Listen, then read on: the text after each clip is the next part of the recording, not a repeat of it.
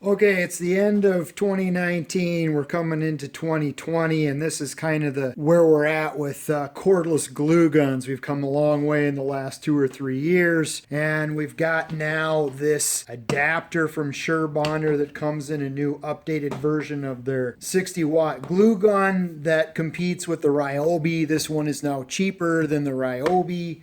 So this Surebonder's got a real contender here, but there's some things that need to be explained about this adapter, and I'm going to go into this adapter in more detail. This is the old Surebonder, so about 2 or 3 years ago I did a review. At the time I bought this, it was the only cordless glue gun I could find on the market. This one was not out at that time. Shortly after I bought this came out, then I made my video. So the update is an improvement over this. It's not just a color change. There is actually a difference inside. There is a PCB inside this one that does not exist inside this one. This one is not UL approved.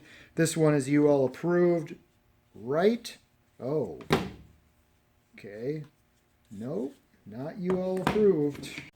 So now with the improvement of all the battery technology that we have these days, I'm not going to go into a lengthy workup of showing run times and all of that. You can basically achieve as much run time as you need. You know, with the Milwaukee adapter, you can put a 12 amp hour battery on it. You know, there you go. You got run time. So run time is kind of not worth making a YouTube video about. It's more an issue of the weight. And this one with this battery on it comes in at the most heavy, which is just under 5 pounds. This 5 amp hour is probably more realistic at just under 3 pounds. And these two, the Ryobi and the Surebonder, without battery, weigh the same. Most likely going to just end up using these new 6 and 9 amp hour Ryobi batteries on here anyway, but I wanted the adapter. So with a 6 amp hour Ryobi, you're looking at 2.8 pounds. Right now, this one is at Home Depot, $22, which is less than the Ryobi, which is sold out at Home Depot, at my Home Depot.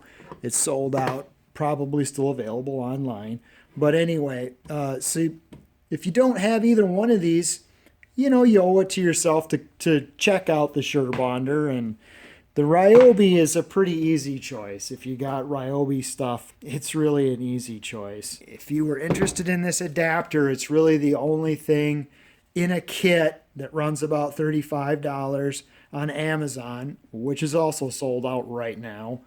This is the only differentiating thing over the Ryobi really at this point, is the ability to use Milwaukee or a different adapter for Makita or a different adapter for DeWalt batteries in this glue gun. Let's talk about this adapter. I've taken it apart. I've looked inside. There are no circuits. There's just wires connecting these two connectors with these two connectors, and that's all that's in here. A 2 amp hour battery is flush with this on here. So that's flush. That's nice and sturdy.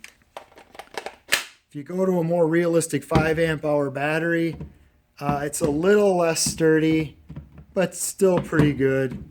If you go to a heavier 9 amp hour battery, you know, it's going to set there. It's probably not going to tip over. And then if you use the big 12 amp hour, you know, that's what you got for tippiness if that was something that you were worried about.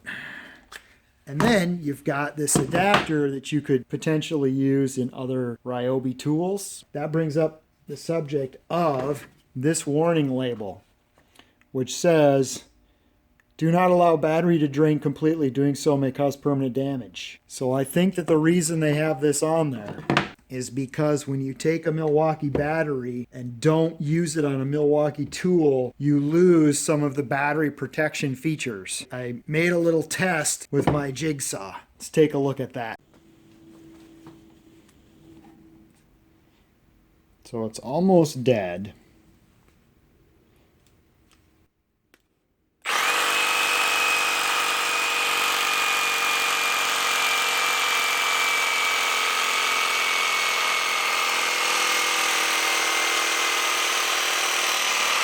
You can hear it slowing down there. Okay, so there it stops.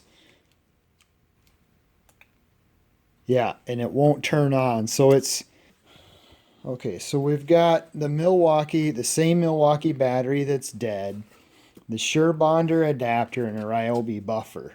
So my question is, does the battery contain circuitry to save itself from over discharge, or is the circuitry that saves the battery from over discharge in the quote-unquote Milwaukee fuel circuitry in the tool? My guess is probably it's a little bit of both, so let's see what happens. So it's still a dead battery, and it's running it. So I think what we have is a situation where this adapter can allow a Milwaukee battery to be over discharged. And it doesn't look to me like the battery has enough circuitry built into it to protect itself, because the thing is still going and it's dead. And that's not good. So I'm not going to ruin the battery. I'm going to stop here. I've made the point. So you can see you've got to be careful with this adapter. Decide how much value this adapter has to you. I think it has its place. And all the Surebonders and the Ryobi have replaceable tips.